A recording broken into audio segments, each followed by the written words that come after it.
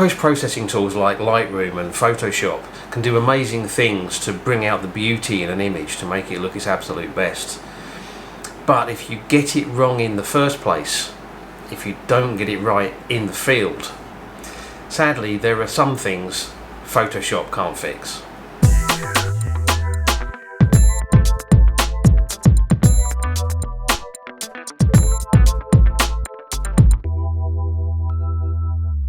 Hi everyone, thank you for joining me. This video is a follow-on to my last video. If you haven't seen that yet, I'll pop a link to it up there. But basically I was out on a rocky beach early morning and I captured 3 images of a really gorgeous sunrise. Beautiful light, beautiful colours. And in this video I wanted to just go back and have a look at those images, talk a little bit more about them, about how the compositions were constructed, talk about what's worked well and what hasn't, because one of the images has actually surprised me in that I think it's become my favourite of the shoot, which I didn't expect. And one of the images I got wrong. I actually got the composition a little bit out in the field, and it's one of those cases when Photoshop can't save that. Now, to be fair, the image is still a nice image. It's not a completely ruined image, it's not a throwaway, but it loses a couple of points because of the composition mistake that I made, and I thought I'd share that with you. I hope you enjoyed the video. If you do, and if you're not already a subscriber to my channel, then please consider hitting subscribe, and if you're already a subscriber, then thank you very much, I appreciate that. Okay, so these are the 3 images that I shot. This one was shot about 23-24 minutes before sunrise. This one was shot about 10 minutes before sunrise. And this one was shot pretty much as the sun was clearing the distant landscape. And what I thought I'd do now is let's have a look at them on the computer, and I'll talk you through what's worked, what hasn't worked, and my feeling about these images now that I've had a chance to review them over a few days. Okay, so this is the first image. This was shot about 25 minutes or so before sunrise. It was a 15-second exposure, just with a 2-stop hard-edged ND grad to darken the sky a little bit. And it was shot at f11, ISO 64, and I manually focused on the rocks, probably somewhere around about here, and that was enough to make sure that the whole scene was sharp. Now, the first thing to say about this image is it's been cropped 16:9, and that was kind of my intention when I shot it. There was not a lot of interest kind of above the view that we've got here, and there was nothing much below. The other thing to say is that I've broken the rule of thirds here, because the horizon line pretty much runs across the middle of the frame, and that was again deliberate. And when I shot this image, I shot it with the camera pretty much level. Obviously the horizon was level, but I also didn't have the camera angled up or down very much, which had the advantage of not distorting the scene too much because it was shot at 16mm, but that will introduce some wide angle distortion. I have had to correct a little bit in here, but I'll come on to that a bit later on.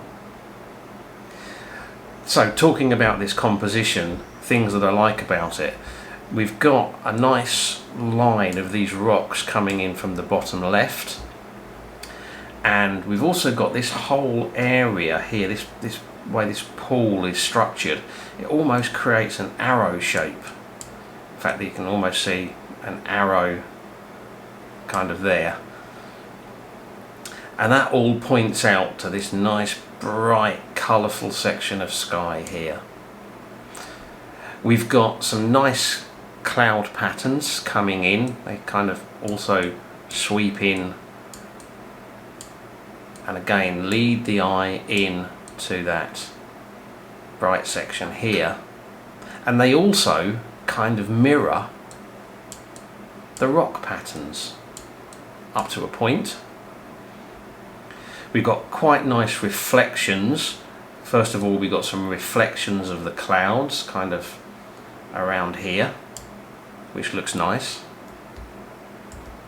We've also got reflections of the rocks all around here and around here, all of which to me adds to the scene.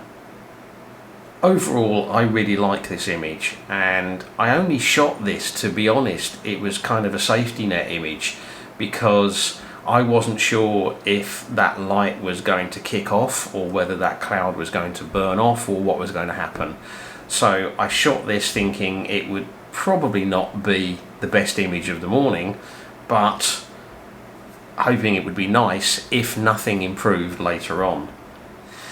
This was the second image. This was shot shortly before sunrise, maybe about 10 minutes before sunrise. Again, 16mm, f11, 3 seconds, ISO 64. Now, when this scene was unfolding in front of me, I really wanted to capture as much of this beautiful sky as I could. And I felt that meant that I needed to move the horizon line down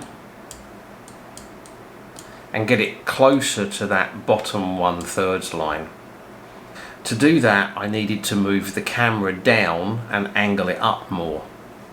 And that's what I did. In fact, I had the camera only a very small distance, above the water. So the tripod was in the water and the camera was just a little bit out. And it was quite challenging to do that because I was actually struggling to see the composition. I don't have an articulating screen on my camera, and this is one of the times when I really wished I'd had one. But I set my composition up as best as I could, and this was the image that I got. So let's talk around this a little bit. First of all, again, we've got kind of a line of the rocks going in. We've still got kind of a arrowhead kind of shape pointing this way, and we've got this beautiful bright bit of sky here. We've got some beautiful colours and sort of streaks all the way across the sky and lovely clouds, and we've got some lovely reflections of those clouds down here and even down here. And that was really what I wanted to get. I wanted to use the reflections of the clouds in the rock pool as part of the foreground interest. Now, at the time, moving the camera down meant that all of these rocks, all of the rocks here, all the way across, all moved up in relation to the horizon line. And I knew that. And I was a bit concerned originally about this rock, which is of course now breaking the horizon line, and whether there was enough of a kind of gap here showing the sea. But by far the biggest problem was this rock here. And at the time I was a bit concerned about it, but I didn't think it was too bad. But when I got the image back on the computer, I realised it was worse than I thought. Because if you look at this rock, the problem with this rock is it's breaking the horizon line and it's overlapping with this piece of land here. And that's a shame. There's nothing I can do about it. I can't fix that in Photoshop. There's no way I can change the composition in Photoshop to reintroduce some elevation on the camera. I did think about cropping the image, in other words basically taking out this entire section here, but if I do that, the balance of the composition just disappears. It just doesn't work. I still like this image. The colours are beautiful, the reflections are lovely. I still think it's a very nice image, but it loses a few points because of this rock just encroaching on this piece of landscape here. And it just goes to show you can't fix everything in post, and if you're not very, very careful when you're setting your composition up in the field, you can end up with an image that's not quite as good as it could be. This image could be better than it is if I just paid more attention to that rock and if I just lifted the camera up a little bit to bring the rocks, all the rocks, just a little bit further down, it would have been tricky to keep the reflections in, but it would certainly have made for a better image. And now on to the final image. This was shot pretty much as the sun was coming up over the landmass just here. Again, it was shot 16mm f11, 1/6 of a second at ISO 64 with the 3-stop hard-edged ND Gradin just to hold back that brightness in the sky. After shooting the previous image, I had recomposed. I had raised the camera up slightly higher so you can see that the rocks are now all below the horizon line, although this one's getting pretty close to breaking it. And that's fine because actually there's not quite so much interest in the top part of the sky here. More of the interest is lower down. The horizon line is just a bit higher up than the 1/3 line, but in a nice position. Again, we've got the rocks pointing in and the rock pool pointing in and the clouds all point in. And they all point into this really bright spot, which is basically where the sun's coming up. And what you may have noticed is that is smack in the middle of the frame between left and right. So that's not really obeying the rule of thirds, but that was the way that the composition was going to work. If I'd have moved the camera left or right to shift the sunrise left or right in the frame, the composition wouldn't have worked. Again, we've got really nice cloud reflections sitting in here, and of course beautiful cloud up there. We've got reflections also of the rocks all around here, and of course we can see all of the pebbles through the water as well.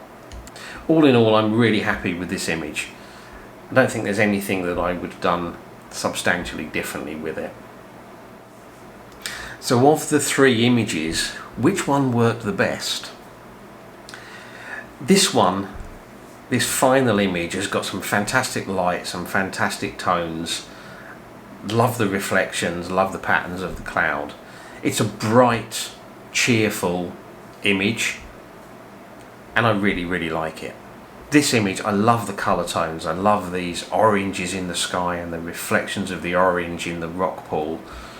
But it's got this problem with the composition with this rock sitting here, and that kind of downgrades it a little bit.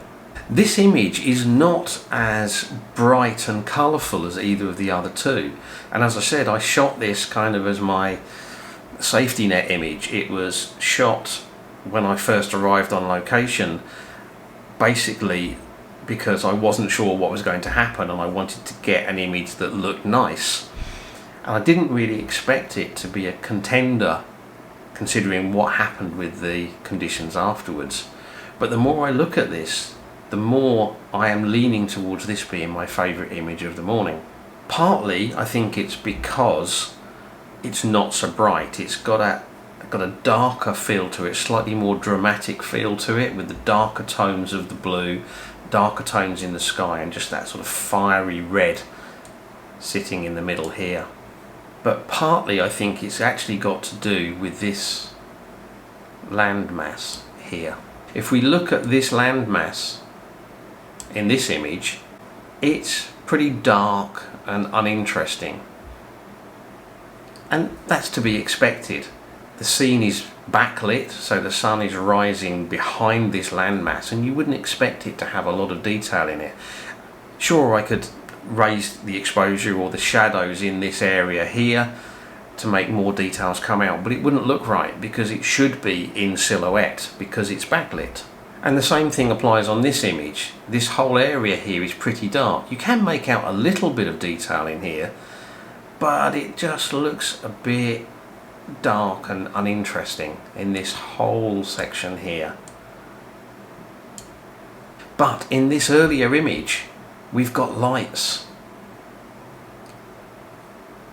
Because it was earlier, there were still lights on. And if we zoom in and have a look, what we can see is we've got the lights of, actually this is the watchtower by the marina in El Campello, but we've got lights all the way along here and even right the way out here there are lights showing. By the way, while I'm zoomed in this much, I did have to correct the verticals around here because these were distorted by the wide angle lens. That was a really easy fix. So partly because of the slightly more dramatic tones in this image, and partly because of the extra interest in that section of land in the background here, I actually think this might be the better image of the three. But I'm not 100% sure still. I think I am going to have to live with these images for a bit longer before I make that final decision. So that's my thoughts on these images. Do you agree with me or don't you? What do you think about that composition mistake that I made?